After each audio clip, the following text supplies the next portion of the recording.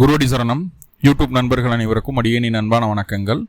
நான் உங்கள் குருமணிகண்டன் பேசுகிறேன், பொள்ளாச்சியிலிருந்து. திருக்கணித பஞ்சாங்கத்தின்படி வரக்கூடிய ஜூலை மாதம் மீனராசி அன்பர்களுக்கு என்ன மாதிரியான பலன்கள் நடக்க காத்திருக்கு அப்படிங்கிற விஷயத்தை இந்த பதிவில் பார்க்க போகிறோம்.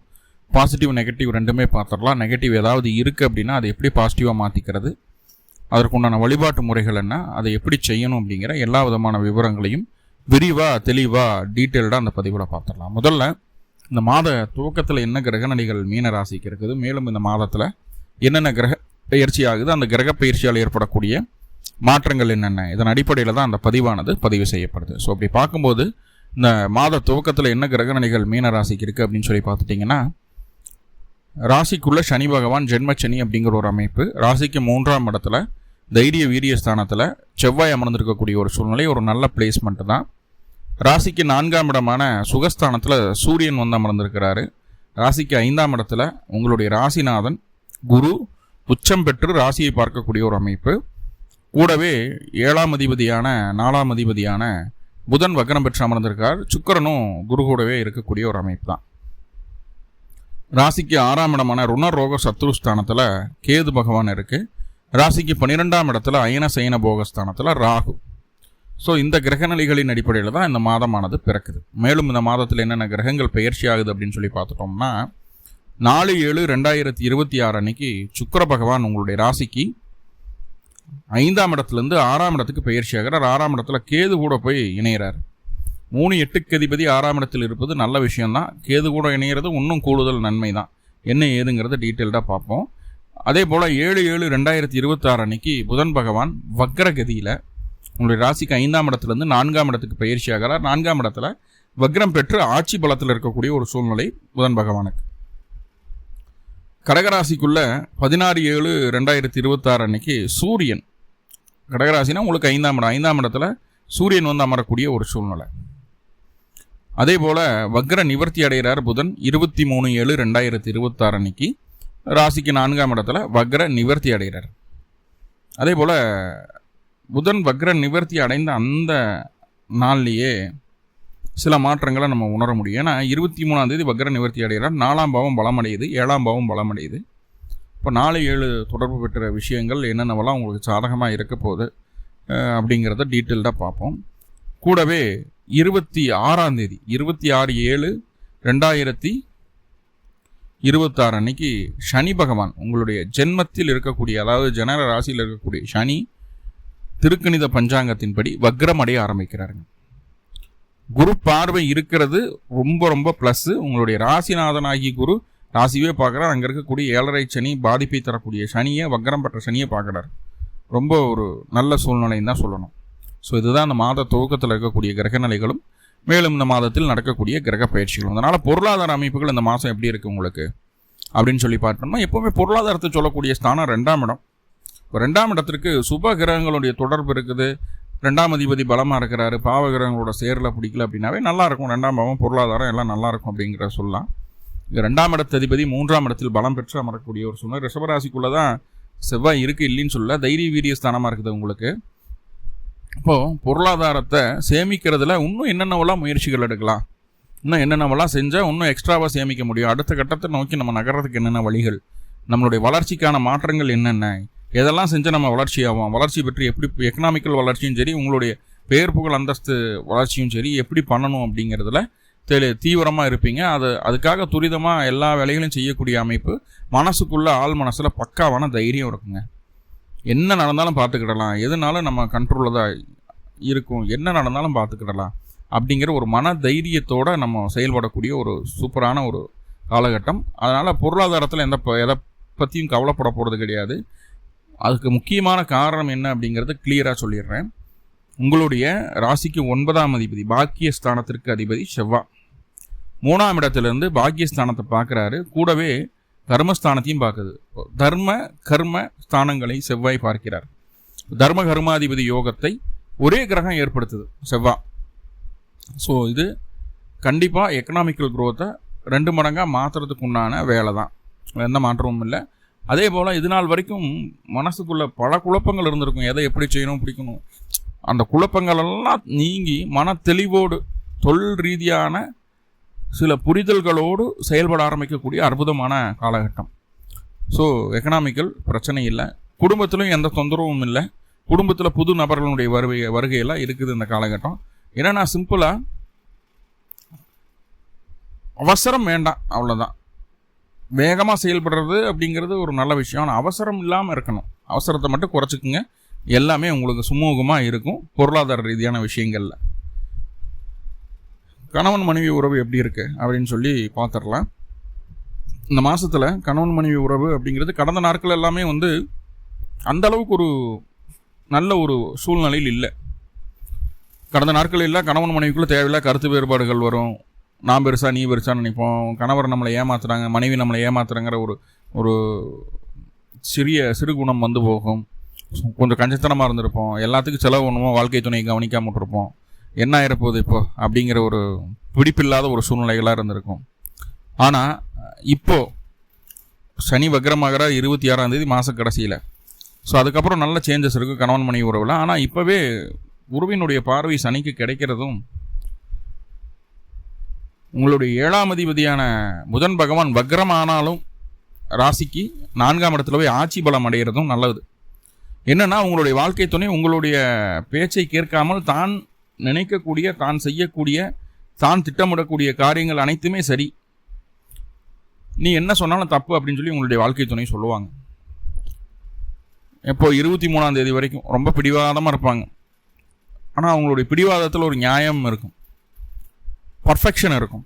ஸோ அதனால் வாழ்க்கை துணை சொல்கிறத கேட்டு போகிறதுல தப்பு இல்லை. முழுக்க முழுக்க அவருடைய தன்னுடைய தொழிலுக்கு, தன்னுடைய வளர்ச்சிக்கு, தான் செய்யக்கூடிய செயலுக்கு உண்டான விஷயங்களில் மட்டும் அக்கறை செலுத்துவார். அப்போ வாழ்க்கை துணை உங்களை பெருசாக கவனிக்காது. அப்போது நம்மளை பார்க்கல, பேசலை, பிடிக்கலன்னு சொல்லிட்டு நம்ம கவலைப்பட்டு இருக்கக்கூடாது அப்படிங்கிறதை புரிஞ்சுக்குங்க. ரைட். மூணாவதா அந்த புதன் அப்படின்னு சொல்லக்கூடிய கிரகம் முதல் 4 நாட்களுக்கு, முதல் 7 நாட்களுக்கு உங்களுடைய ராசிநாதன் கூட தான் பயணிக்கிறார், வக்ரமாய் பயணிக்கிறார். என்ன நடந்தாலும் பரவாயில்ல, நம்ம இவங்க கூட தான் இருக்கணுங்கிற ஒரு ஆணித்தனமான முடிவு மனசுக்குள்ளே இருக்கும். அது அப்படியே ஒரு 10 நாளைக்கு பேக்லாக் ஆகும். மறுபடியும் இந்த மாத கடைசியில் இல்லை ஆகஸ்ட் துவக்கத்தில் 2 பேரும் ஒன்று சேர்றதுக்கு உண்டான வாய்ப்பை சொல்லுது. சிம்பிளாக சொல்ல போனால், இந்த மாதத்தில் ஒன்று சேரலைனாலும் அடுத்த மாதம் கணவன் மனைவி இடையே என்ன கருத்து வேறுபாடுகள் இருந்தாலும் ஒன்று சேர்ந்து விடுவீர்கள். எந்த மாற்றமும் இல்லை, எந்த வித மனஸ்தாபமும் இல்லாமல் மனமுத்து இணையக்கூடிய ஒரு வாய்ப்பினை அடுத்த மாதம் நம்மளுக்கு தருகுது. அதுக்குண்டான ஒரு இனிஷியல் ஸ்டேஜ் தான் அந்த மாதம். இப்போ கிடைக்கக்கூடிய வாய்ப்புகளை சரியாக பயன்படுத்திக்கங்க. முக்கியமாக 23ஆம் தேதிக்கு மேலே ரொம்ப பக்குவமாக உங்கள் வாழ்க்கை துணை இருப்பார். இப்போ சொன்னால் புரிஞ்சுக்கக்கூடிய தன்மையில் இருக்கு, தாராளமாக பேசலாம். மாத கடைசியில் பிரிந்த கணவன் மனைவி பேச்சுவார்த்தைக்கு உட்படும் போது அது ஒற்றுமையாக மாறுது, பிரிவினை தடுக்கப்படுது. கோர்ட்டு கேஸ் போன ஆளுகளில் இந்த மாதிரி விஷயங்கள்லாம் கிரக சூழ்நிலைகள் ரொம்ப கரெக்டான டைம் பார்த்து பேசி ரிலீஃப் ஆகி 2 பேரும் ஒன்றா இருந்ததெல்லாம் நிறையா இருக்குது. சரி, ஓகே. வேலை எப்படி இருக்குது அப்படின்னு பார்த்துட்டா 6ஆம் இடத்துல கேது, 6ஆம் அதிபதி சூரியன் 4ஆம் இடத்துலையும் 5ஆம் இடத்துலையும் இந்த மாதம் மாறி மாறி இருக்கிறாரு. 6 கூடியர் 4லேயும் 5ல் இருக்கிற சிறப்பு தான். வேலையில் என்ன தான் டென்ஷன் ப்ரெஷர் இருந்தாலும் பொறுப்புகள் சேர்கிறதுக்கு உண்டான வாய்ப்புகளை சொல்லுது. முதல் 16 நாட்களுக்கு வேலையில் பொறுப்புகள் அதிகரிக்கும். பெரிய பெரிய நம்மளுக்கு மேலே இருக்கக்கூடிய ஆட்கள் செய்யக்கூடிய வேலையில் நம்மகிட்ட தள்ளிடுவாங்க. நம்ம பெருமைக்கு பொறுப்புன்னு சொல்லிக்கலாம், ஆனால் ஒர்க்லோடு அப்படின்னு தான் நம்ம தெளிவான வார்த்தைனா அது ஒர்க்லோடு தான், வேலைப்பளு தான். பொறுப்புகள் அதிகரித்த மாதிரி இருக்கும், வேலைப்பளும் அதிகமாக இருக்கிற மாதிரி இருக்கும் 16ஆம் தேதி வரைக்கும். 16ஆம் தேதிக்கு மேலே நம்மளுக்கு அப்பவும் வேலைப்பளு இருக்கும். ரொம்ப லெத்தார்ஜிக்காக அதையெல்லாம் ஈஸியாக ஹேண்டில் பண்ணி ஜெயிச்சுட்டு வந்துடும். ஏன்னா அப்போ அந்த காலகட்டம் நம்மளுடைய கற்பனை திறன், நம்மளுடைய திட்டமிடும் தன்மை எல்லாமே ரொம்ப அதிகமாகிடும். ஸோ அப்போ வேலையை பற்றி கவலை இல்லை, ஃபேவராக தான் இருக்குது. ஈவன் 6ஆம் இடத்துல கேது இருந்தால் கூட ஃபேவராக தான் இருக்குது. எதிரிகளையும் ஜெயிச்சுட்டு தான் வருவீங்க, அதில் எந்த மாற்றமும் இல்லை. என்னென்னா, போட்டி பந்தயம் போகாமல் அந்த மாதிரி விஷயங்களுக்குள்ளே போயிடக்கூடாது. போட்டி பந்தயத்துக்குள்ளே போயிட்டீங்க, முக்கியமாக 16ஆம் தேதிக்கு மேலே ஷேர் மார்க்கெட்டில் காசு ஒன்றும் போட்டிங்கன்னா லாஸ் ஆகி போயிடும். அது மட்டும் பார்த்துக்கிடுங்க.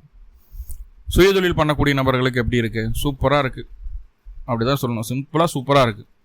சுயதொழில் பண்ணக்கூடிய நபர்கள் எந்த விதமான காம்ப்ரமைஸ் இல்லாமல் தொழிலை நல்லபடியாக கொண்டு போகலாம்.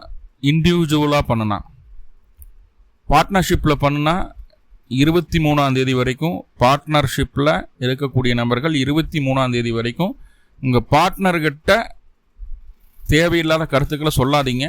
அவங்க சொல்லக்கூடிய கருத்துக்களை அலசி ஆராய்ஞ்சு அதுக்கப்புறம் அதை செய்யுங்க. இல்லைன்னா சிக்கலில் மாட்டிக்குவீங்க. தனிப்பட்ட முறையில் தொழில் செய்யக்கூடிய நபர்கள், குலத்தொழில் செய்யக்கூடிய நபர்களுக்கெல்லாம் சூப்பராக இருக்குது. மீனராசிக்காரங்க தொழிலில் கொடிகட்டி பறக்க போகிறீங்க, அதில் எந்த மாற்றமும் இல்லை. ரைட். ஹவுஸ் ஒய்ஃபாக இருக்கிறவங்களுக்கு எப்படி இருக்குது அப்படின்னா, சிம்பிளாக நம்ம வேலை, உங்களுக்கு ஒரு வேலை, நீங்கள் ஒரு வேலை செஞ்சுக்கணும், நீங்கள் ஒரு விஷயத்தை நடத்தி காட்டணும், நீங்கள் மனசார முடிவு எடுத்துட்டிங்கன்னா அது ரொம்ப சீக்கிரமாக நடந்துடுது. ஒன்றும் இல்லை, ஒரு காலையில் 6 மணிக்கு எந்திரிக்கிறோம், 8 மணிக்குள்ளே எல்லா சமையல் முடிச்சு எல்லா வேலையும் முடிச்சுட்டு 9 மணிக்கு ஃப்ரீ பண்ணி 9 மணிக்கு குளிச்சு எல்லாம் கிளம்பி வெளியில் போகணும் அப்படின்னு சொல்லிட்டு அந்த 2 மணி நேரத்தில் எல்லாத்தையும் சமைச்சு கொடுக்கணும்னு நினைக்கிறீங்கன்னு வைங்க. அப்போ பார்த்து வீட்டுக்காரரு அந்த டிஷ் வேணும் இந்த டிஷ் வேணும்னு கொஞ்சம் லென்த்தியாக டைம் எடுத்துக்கிற மாதிரி டிஷ்ஷஸ் எல்லாம் கேட்குறாரு. கவலையே விட மாட்டீங்க.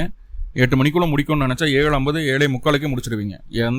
எந்த விஷயத்தை சொன்னாலும் அந்த அளவுக்கு பம்பரமாக சுற்றக்கூடிய ஒரு சூழலாம் உங்கள்கிட்ட இருக்குது.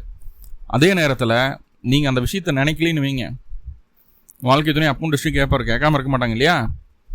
அப்படி செஞ்சு கொடுக்கணும்னு நினைக்கல, இந்த டைம்குள்ளே முடிக்கணும் நீங்கள் ஒரு டார்கெட் ஃபிக்ஸ் பண்ணலன்னா, காலையில் கேட்டால் காலையில் 6 மணிக்கு அடுப்பு பற்ற வச்சிங்கன்னா 10 மணி வரைக்கும் எரிஞ்சுக்கிட்டே இருக்கும். அப்போ தான் டெஸ்ட் முடியும். ஸ்லோ ஆகிடுவீங்க. சரியா? உங்களுக்காக விருப்பப்பட்ட விஷயங்களில் உங்களை யாராலும் ஜெயிக்க முடியாது. உங்களுடைய வேகத்தை யாராலும் கண்ட்ரோல் செய்ய முடியாது. மற்றவர்கள் உங்களிடம் வேலை வாங்குவது மிக மிக கடினமான ஒரு விஷயமாக இருக்கும் இந்த காலகட்டம். அவ்வளோதான்.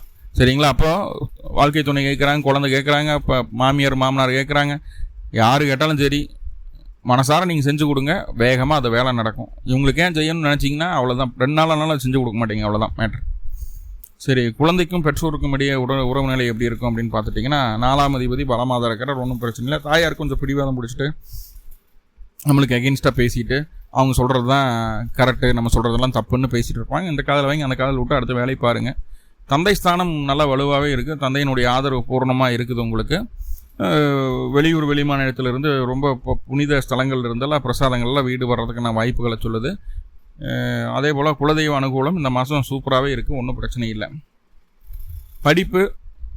படிப்பை பற்றி பேசும்போது 2ஆம் இடமும் 4ஆம் இடமும் ஓரளவுக்கு வலுத்து தான் இருக்குது. பெருசாக படிப்பில் ஒரு டவுன்கிரேடெல்லாம் அந்த மாதம் நீங்கள் பார்க்க முடியாது. படிக்கிற குழந்தைங்க ஆட்டோமேட்டிக்காக அவங்களுடைய ஸ்டேஜ் எப்படியோ அந்த மாதிரியான கிரகநிலைகள் அவங்களுடைய ஜாதகத்திற்கு அது தகுந்த மாதிரி ஸ்மூத்தாக படிச்சுட்டு இருப்பாங்க.